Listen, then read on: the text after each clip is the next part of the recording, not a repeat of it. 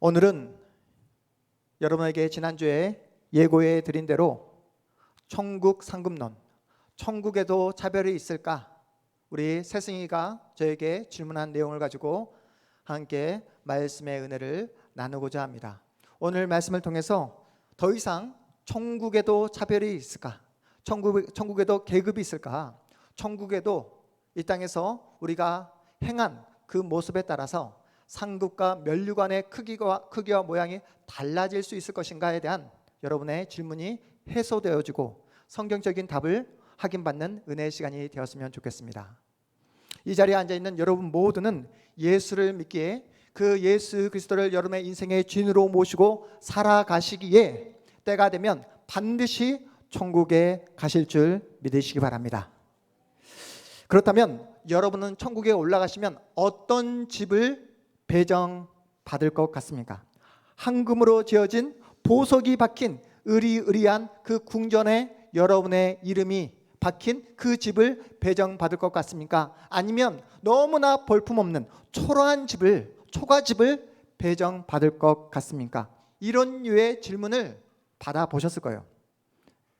지금도 집이 없어서 서러운데, 지금도 때가 되면 세를 올려달라고 할까봐 그것 때문에 걱정인데, 천국에 가서도 집 때문에 서러움을 당해야 되겠습니까?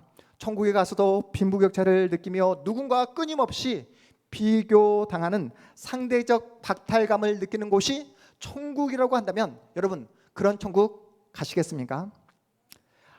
한국주에서 사는 사람은 날마다 기분이 좋을 거예요. 최고급 침대에서 정말 깃털처럼 가벼운 그 이불을 덮고 자니까 일어났을 때 온몸이 너무나 가볍고 너무나 정말로 편안한 그런 하루를 맞이하게 될 것입니다. 하지만 초가집에서 일어나는 사람 한번 생각해 보십시오. 상상해 보십시오. 초가집에서, 그것도 침대도 아니고 방바닥에서 잠을 잡니다. 아침에 일어났을 때 온몸이 찌뿌둥하고 누군가에게 맞은 것처럼 그렇게 피곤할 것입니다. 당연히 옆에 있는 그 황금집을 바라보며 마음 가운데 어떤 마음? 부러운 마음이 생겨날 거예요.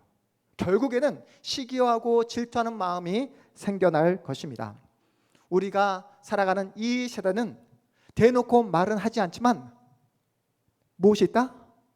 대놓고 말은 하지 않지만 보이지 않는 계급이 있다. 차별이 있다라고 사람들은 그렇게 말합니다. 실제로 우리 아이들 학교에서 우리 아이들의 성적에 따라서 어떻게 나눕니까? 1등급, 2등급, 3등급 이렇게 아이들을 나눠버려요. 여러분, 우리 아이들이 앞으로 갈 대학을 어떻게 사람들이 생각합니까? 대학도 세열이 이미 나눠져 있습니다. 1류대학, 2류대학, 3류대학 이렇게 세상 사람들은 그렇게 등급과 계급을 나누고 있습니다. 고등학교 시절에 공부보다 다른 것에 정신이 팔려 대학에 들어가지 못할 수도 있잖아요. 공부를 못했다고, 대학에 들어가지 못했다고 여러분 인생이 끝납니까? 그렇지 않아요. 나중에 정신을 차리고 자신의 재능을 발견한 사람들도 수없이 많습니다. 대학에 들어가지 못했어도 사업을 해서 자수성가한 사람들이 우리 주변에 얼마나 많은지 몰라요. 그런데 중요한 사실이 있습니다. 천국은 영원하잖아요. 그렇지 않습니까? 한번 금면류관을 받았으면 그 금면류관 영원히 쓰고 다니는 거예요. 한번 개털 모자를 받았으면 그 개털 모자를 중간에 바꿀 수 있다 없다? 없어요. 계속해서 개털 모자를 쓰고 다니는 것입니다. 그렇다면 여러분, 지금 우리가 사는 세상보다 더 좋은 곳이 우리가 그렇게 가고자 하는 천국이라고 말할 수 있겠냐고요. 지금은 우리가 사는 세상 너무나 경쟁이 치열하지만 그래도 자신이 조금씩 더욱더 열심히 노력만 하면 뭔가 변화될 수 있다라는 조그만 희망이라도 우리에게 있지 않습니까? 그런데 천국은 한 번 결정되면 그 결정이 영원히 지속되는 곳, 이렇게 상급이 나눠지고 이렇게 차별이 있는 이런 천국 가고 싶으십니까? 이번에는 다른 관점에서 한번 여러분에게 이야기를 하려고 해요. 이 땅에서 어찌하든 손해보고 배려하고 양보하고 우리 성도님들처럼 뜨겁게 서로를 사랑하면서 하나님의 말씀에 순종하기에 몸부림치며 살아가는 성도님들이 계십니다. 계속해서 양보해요. 계속해서 사랑하고, 또한 정말로 누군가 자신을 알아주지 않는다 할지라도 계속해서 배려하며 그렇게 살아갑니다. 무시하고 조롱해도 참고 견디면서 나중에 주님 앞에 서는 그날 주님께서 주실 그 면류관을 기대하며 살아가는 성도님들도 계십니다. 그런데 어떤 분은 세상에 나가서 예수를 믿지 않는 불신자와 동일하게 죄짓고 동일하게 나쁜 짓 하며 동일하게 뭐 먹고 싶은 거 마음대로 먹고 자기 욕심대로 욕망대로 그렇게 살아가다가 주일날만 되면 교회에 나와 썬데이 크리스찬으로 살아가는 성도님도 우리 주변에 많이 계십니다. 이렇게 자기 욕심대로 살아갔던 썬데이 크리스찬도 똑같이 아무런 차별 없이 아무런 등급 없이 동일한 천국에 올라간다 했을 때 열심으로 신앙생활을 하는 우리 세승의 입장에서는 억울하지 않을까요? 그렇죠. 오늘 카운터 열심히 치고 교회 이른 아침에 나와서 이렇게 연습하는 나에게는 더 큰 면류관, 더 큰 상급이 주어져야지 그냥 어쩌다 한번 교회 나오는 친구와 동일한 천국을 하나님께서 허락해 주신다면 이건 좀 억울할 것 같습니다. 자신은 어찌하든 주의를 지키기 위해 놀고 싶어도 참고 사고 싶은 것이 있어도 그 돈을 아껴서 주님께 헌금을 드리고 그렇게 했는데 주일날만 되면 틈나면 빠지고 자기 마음대로 살았던 그 사람과 전혀 차별 없이 똑같은 천국에 입성한다 했을 때 여러분 그 천국 공정하다고 말할 수 있을까요? 미얀마를 섬기시는 이용규 선교사님 이번에 오셨잖아요. 이번에 오셔서 저에게 이런 말씀을 하는 거예요. 자기는 아무리 그렇게 어떤 나라든 어떤 환경이든 주님께서 가라 하시면 선교는 떠날 수 있어도 하나님께서 정말로 이 대한민국에 개척을 하라고 하면 자신은 할 수 없을 것 같다고. 개척을 한 네가 정말로 대단하다고 저를 이렇게 위로해 주더라고요. 최근에 우리 이한이와 함께 이야기를 하게 되었는데 우리 이한이가 이런 말을 하더라고요. 아빠는 평범한 직업을 가지고 평범하게 살지 왜 하필이면 목사가 되어서 그렇게 힘들게 살아가냐고 이렇게 이한이가 저에게 이런 말을 했습니다. 여러분 이렇게 목회자가 되어서 특별히 개척교회를 섬기는 목회자가 되었으면 나중에 천국에 갔을 때 다른 사람보다 큰 교회를 섬겼던 그런 목사들보다 훨씬 더 큰 면류관, 훨씬 더 좋은 그런 천국집을 받는 게 마땅하지 않을까요? 여러분 어떻게 생각하십니까? 큰 교회에서 편안하게 그냥 앉아서 시원한 에어컨 바람을 쐬는 그런 의리의리하고 화려한 그 예배당에서 편안하게 여러분 신앙생활 할 수 있음에도 불구하고 이렇게 작고 연약한 개척교회에 나와서 아침부터 열심으로 여러분이 주님을 섬겼을 때 그 큰 교회에서 편안하게 신앙생활을 하는 사람보다 더 큰 면류관, 더 큰 보상을 받아야 마땅하지 않겠냐고요. 여러분 어떻게 생각하십니까? 그래서 여러분은 천국에 상급이 나눠진다고 생각하십니까? 이 땅에서 여러분이 보인 그 모습에 따라 천국에서 여러분의 면류관의 크기, 여러분의 면류관의 그 모양이 변화될 수 있다라고 생각하십니까? 그래서 천국에도 차별이, 계급이, 상급이 나눠진다고 생각하십니까? 우리 손으로 표해 보도록 하겠습니다. 제가 두 가지 관점에 대해서 여러분에게 말씀드렸어요. 천국에 상급이 있다. 천국에는 상급이 없다. 천국에 상급이 있다. 한번 손으로 표해 볼까요? 천국에 상급이 있다. 네. 천국에 상급이 있다. 천국에 차별이 없다. 상급은 없다. 한번 손 들어볼까요? 우리 세승이 이렇게 열심히 앞에 나와서 이른 아침에 나와서 열심히 연습을 했어도 나중에 오늘 교회 나오지 못한 승신이와 똑같은 천국에 가고 싶다. 어떤 차별도 원하지 않는다라고 이야기하는 우리 세승입니다. 오늘 본문은 천국은 마치 포도 농장 주인이 일꾼을 드리는 것 같다라고 이렇게 성경이 비유로 말씀하고 있습니다. 포도원 주인은 이른 아침에 어디에 나갑니까? 장터에 나갑니다. 자신의 농장에 필요한 인력을 구하기 위해서요. 포도원 주인은 하루 일당 품삯을 약속하고 인부들을 포도 농장에 들여 보냅니다. 우리 본문 1절 2절 말씀 함께 읽어보겠습니다. 오늘 마태복음 20장 1절 1절 시작. 천국은 마치 품꾼을 얻어 포도원에 들여보내려고 이른 아침에 나간 집주인과 같으니 2절 그가 하루 한 데나리온씩 품꾼들과 약속하여 포도원에 들여보내고. 여러분 세븐일레븐이라는 편의점 아십니까? 세븐일레븐 어떤 뜻이죠?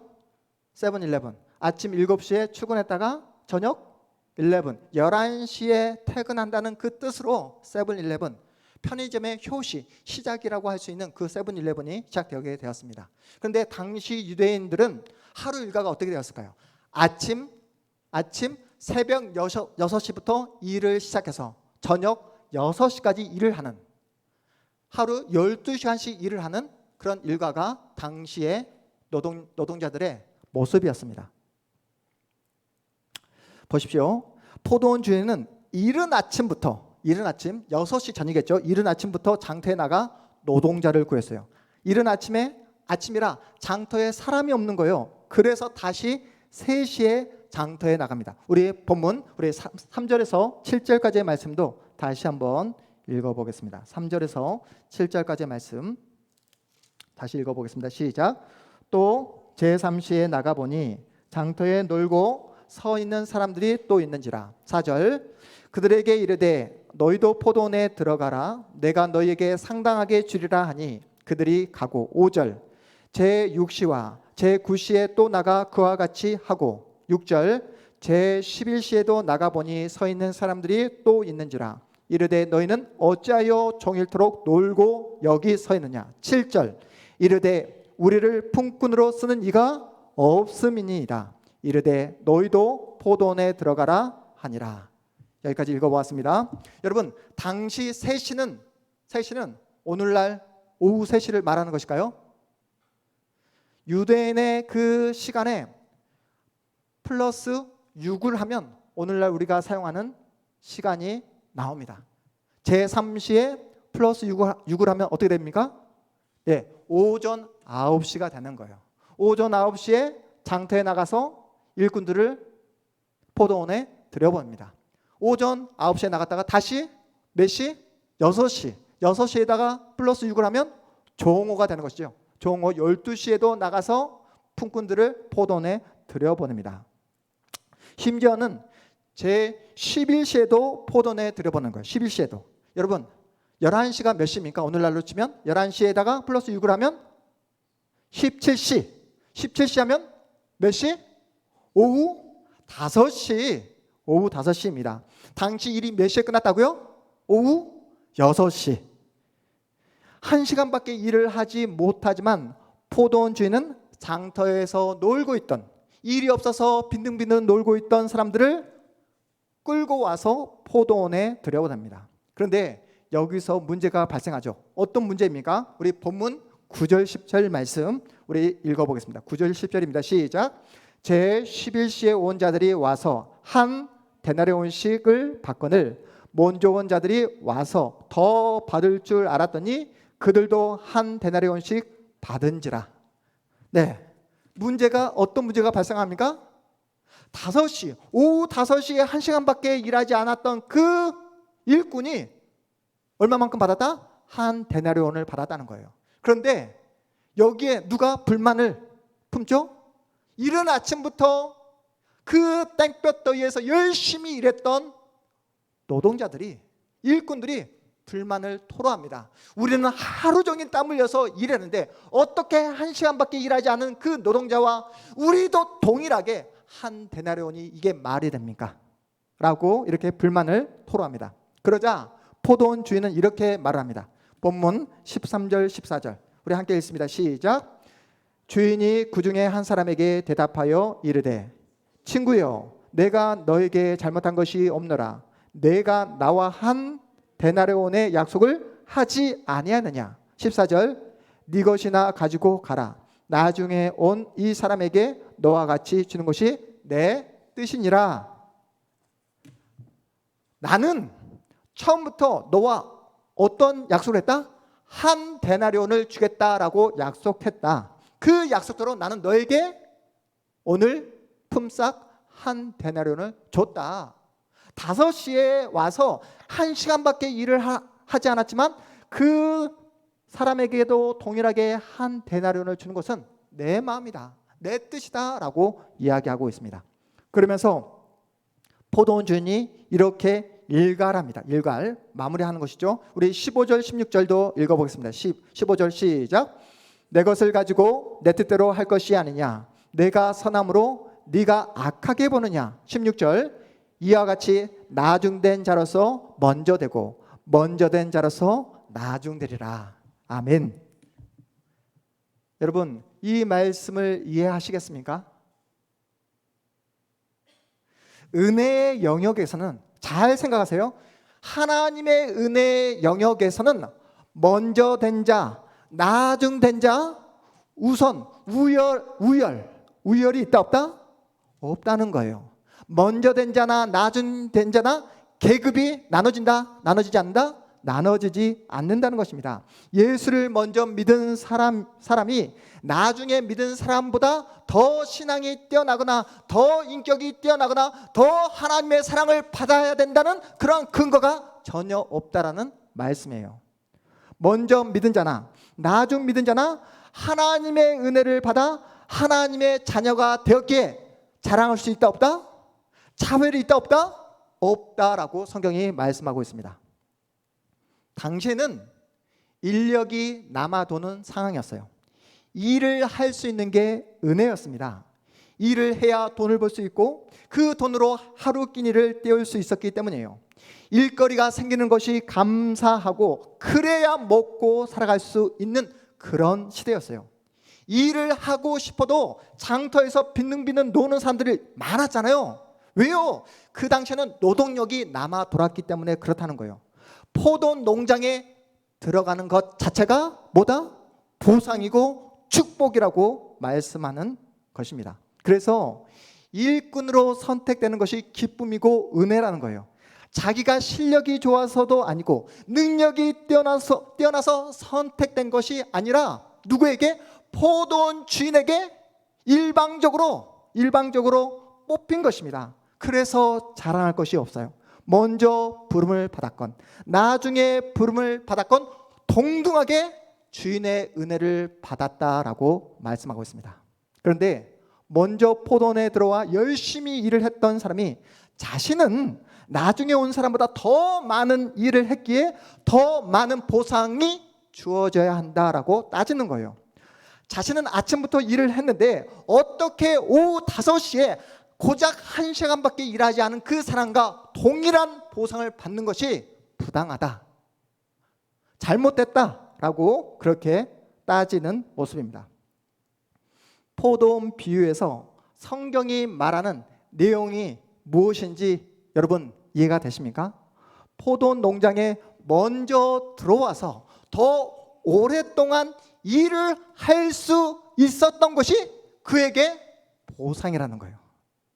남들은 일을 하고 싶지만 할 일이 없어서, 일거리가 없어서 일을 하지 못할 때에 포도원에 들어와서 오늘 한 끼니 우리 가족들을 먹일 수 있는 그 품삯을 벌을 수 있는 이 직장, 일터가 생겼다는 그 자체가 바로 보상이라고 성경이 말씀하고 있습니다. 여러분, 취직을 하고 싶어도 직장에 들어가지 못한 사람들의 심정을 아십니까? 최근에 경기 악화로 40대에 조기 은퇴가 잦아지고 있는 그런 상황입니다. 이들에게 보상이란 무엇일까요? 일을 할 수 있는, 일을 해서 경제활동을 스스로 감당할 수 있는 그 직장에 들어가는 것이 보상입니다. 이번에 여름 휴가를 다녀오신 우리 집사님들 잘 아실 거예요. 직장이 있고 돌아갈 곳이 있는 사람에게 휴가는 꿀맛이지만 여러분, 일할 곳이 없어서 매일매일 빈둥빈둥 노는 사람에게는 오늘도 놀고 내일도 놀고 모레도 노는 그 사람에게는 이 노는 시간이 바로 뭐다? 벌이라는 것입니다. 벌. 우리는 제약된 자리에서 하나님의 자녀로 부름을 받게 되었어요. 포도원 밖에 있을 때는 우리가 하는 일이 뭐밖에 없었다고요? 죄밖에 짓지 못했습니다. 죄만 생각하고 죄만 짓는 그런 어둠 속에 머물러 있었어요. 그랬던 우리가 사망에서 어디로? 생명으로 옮겨지게 되었습니다. 심판에서 구원의 자리로 옮겨지게 되었어요. 이것이 바로 우리가 받은 은혜, 하나님의 은혜다라고 성경이 말씀하고 있습니다. 우리 충만이, 우리 세승이, 세연이는 자신의 의지와 상관없이 엄마 아빠가 예수님을 믿었기에 엄마 뱃속에서부터 교회에 자연스럽게 나오게 되었죠. 우리 다현이, 태희도 엄마 뱃속에서부터 교회를 다녔습니다. 뭐라고 말합니까? 모태신앙이라고 이야기합니다. 그런데 중간에 특별한 하나님의 은혜로 중간에 믿게 된 우리 친구 있지 않습니까? 오늘 나오지 못한 우리 승신이. 그렇죠? 승신이가 있습니다. 모태신앙이든 중간에 믿었든 상관없이 하나님의 통치를 받는 어디에 들어와 있는 것이 중요하다? 포도원에 들어와 있다는 그 자체가 중요하다. 포도원에 들어와 하나님의 주시는 그 은혜를 누리고 있는가? 이것이 중요하다라고 성경이 우리에게 말씀하고 있습니다. 먼저 부름을 받았느냐, 나중에 부름을 받았느냐, 이게 중요한 것이 아니라는 거예요. 모태신앙이냐, 중간에 예수를 믿었느냐가 중요한 것이 아니라는 것입니다. 그렇다면 무엇이 중요합니까?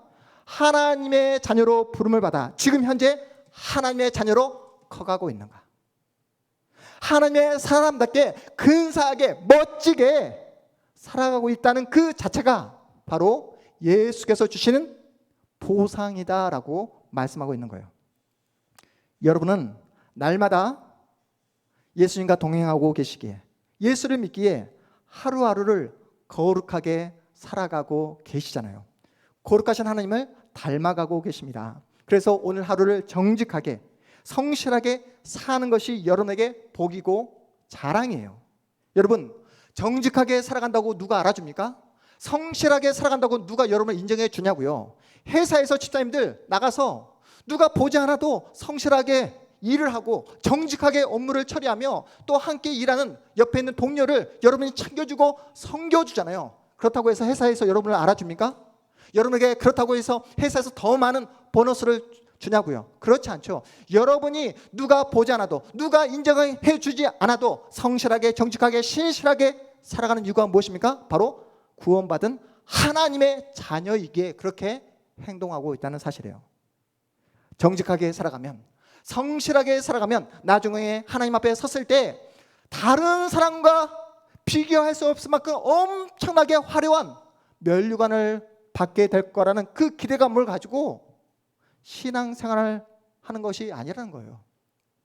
신실하게 살아가고 내 옆에 있는 그 모든 사람들을 하나님의 사람으로 섬기고 사랑할 때에 이 땅에서 사는 동안 로또에 당첨시켜줄 그 하나님을 기대하며 신앙생활 해서는 안 된다는 것입니다.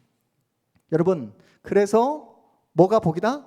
예수를 믿는 것 자체가 복이다 라고 성경이 우리에게 말씀하고 있습니다. 이 시간 세상에 나가서 산으로 바다로 들러 나가서 노는 것이 아니라 이 자리에 하나님을 예배하며 하나님을 찬양하며 하나님 앞에서 참된 예배자로 서는 것 자체가 바로 여러분에게 주신 하나님의 보상이다라고 말씀하고 계십니다.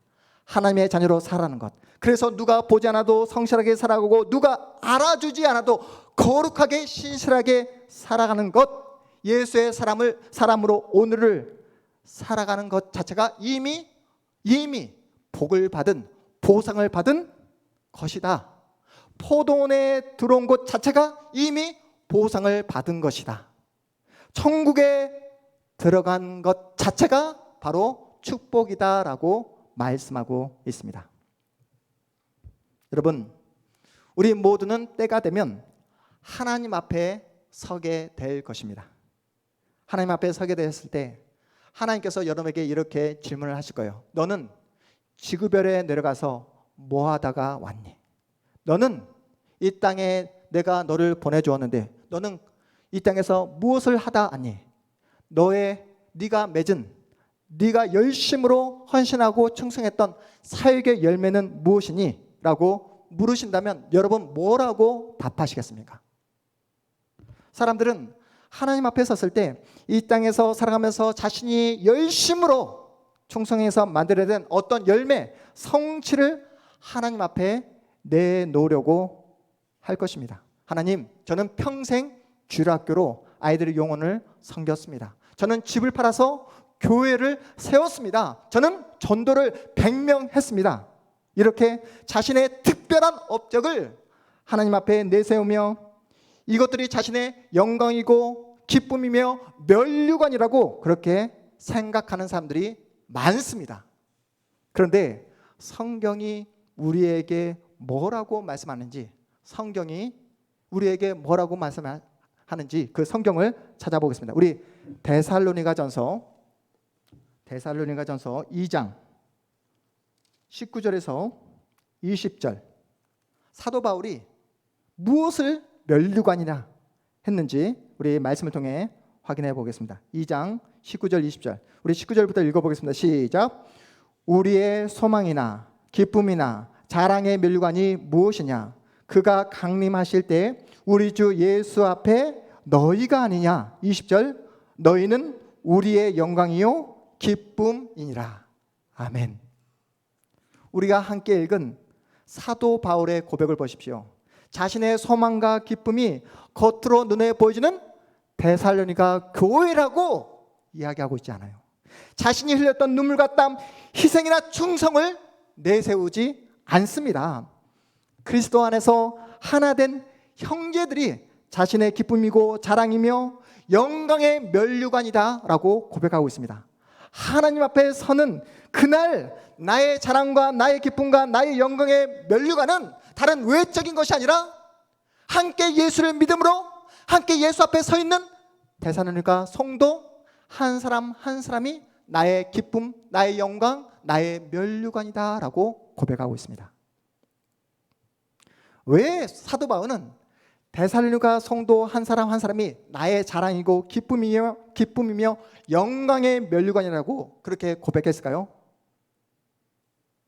예수를 만나고 예수께서 자신을 사도로 불러주셨는데 그 예수의 복음을 증거했을 때 복음의 역사가 그들 가운데 나타났기 때문에 그렇다는 거예요. 복음의 능력이 나타날 때 구체적으로 어떤 현상이 초대교회 가운데 일어납니까?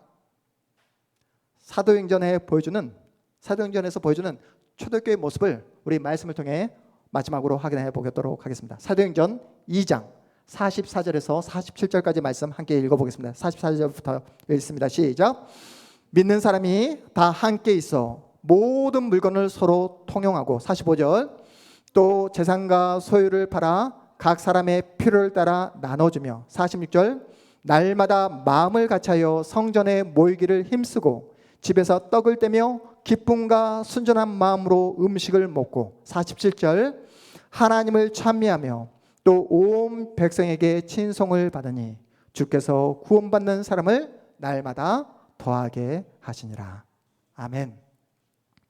자기가 소유한 것을 더 이상 자기의 것으로 여기지 않아요. 아낌없이 사랑하고 아낌없이 서로 나눕니다. 인간 안에 자리 잡고 있었던 미움, 시기, 질투, 경쟁들이 성령 충만한 공동체 안에서 완전히 종식되어 버리는 그런 놀라운 역사가 일어나고 있어요. 서로가 잘 되기를 진심으로 바라고 있어요. 우리가 말씀을 시작하기 전에 어떻게 인사했습니까?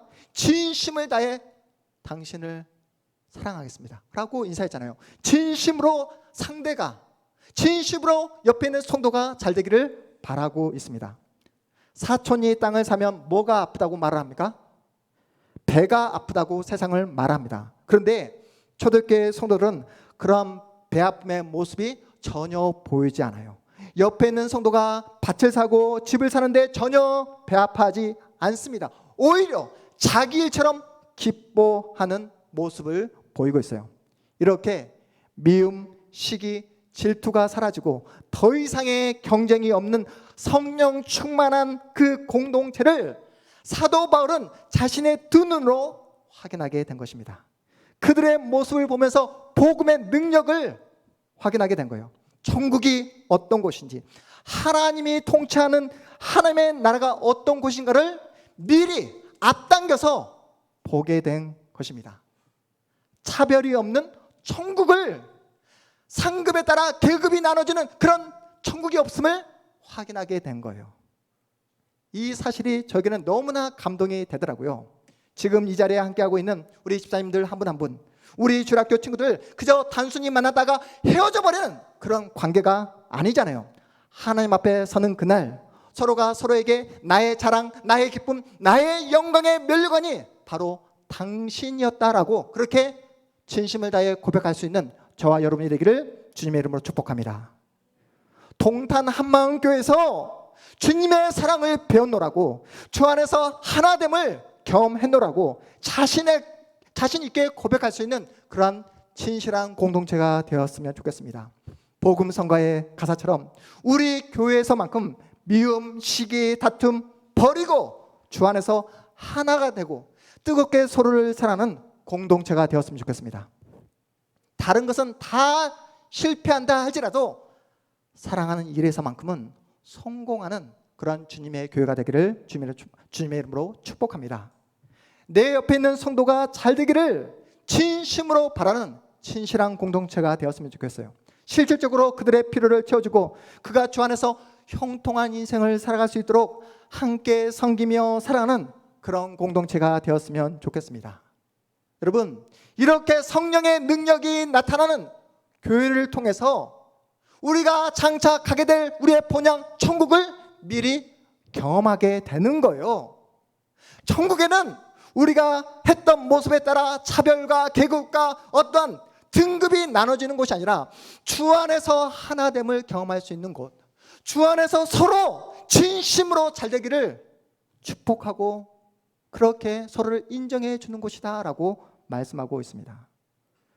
복음의 능력이 나타나고 성령의 역사가 나타나는 그 공동체에 어떻게 차별이 있을 수 있으며 어떻게 계급이 나눠질 수 있으며 어떻게 비교 의식이 있을 수 있겠습니까? 우리 교회를 보시면 여러분, 작은 교회이기에 시설이 변변치가 않습니다. 모든 면에서 어설프고 부족해요. 우리 교회에 나오시면 여러분, 세상적으로 유명한 사람이 있습니까? 세상적으로 정말 잘 나가는 사람이 있습니까? 그런 사람 하나 없어도 서로를 위해주고 서로를 진심으로 사랑해주고 서로가 잘 되기를 축복해주고 그래서 서로의 실질적인 필요를 채워줄 수 있는 그러한 천국, 하나님의 나라를 함께 만들어 나갔으면 좋겠습니다. 더 이상 슬픔도 눈물도 차별이 없는 그 천국을 미리 경험하는 우리 공동체가 되었으면 좋겠습니다. 그래서 하나님 앞에 서는 그날 나의 자랑, 나의 기쁨, 나의 영광의 면류관이 바로 내 옆에 있는 성도였나라고 그렇게 자신 있게 주님 앞에 고백할 수 있는 우리 모두가 되기를 주님의 이름으로 축복합니다.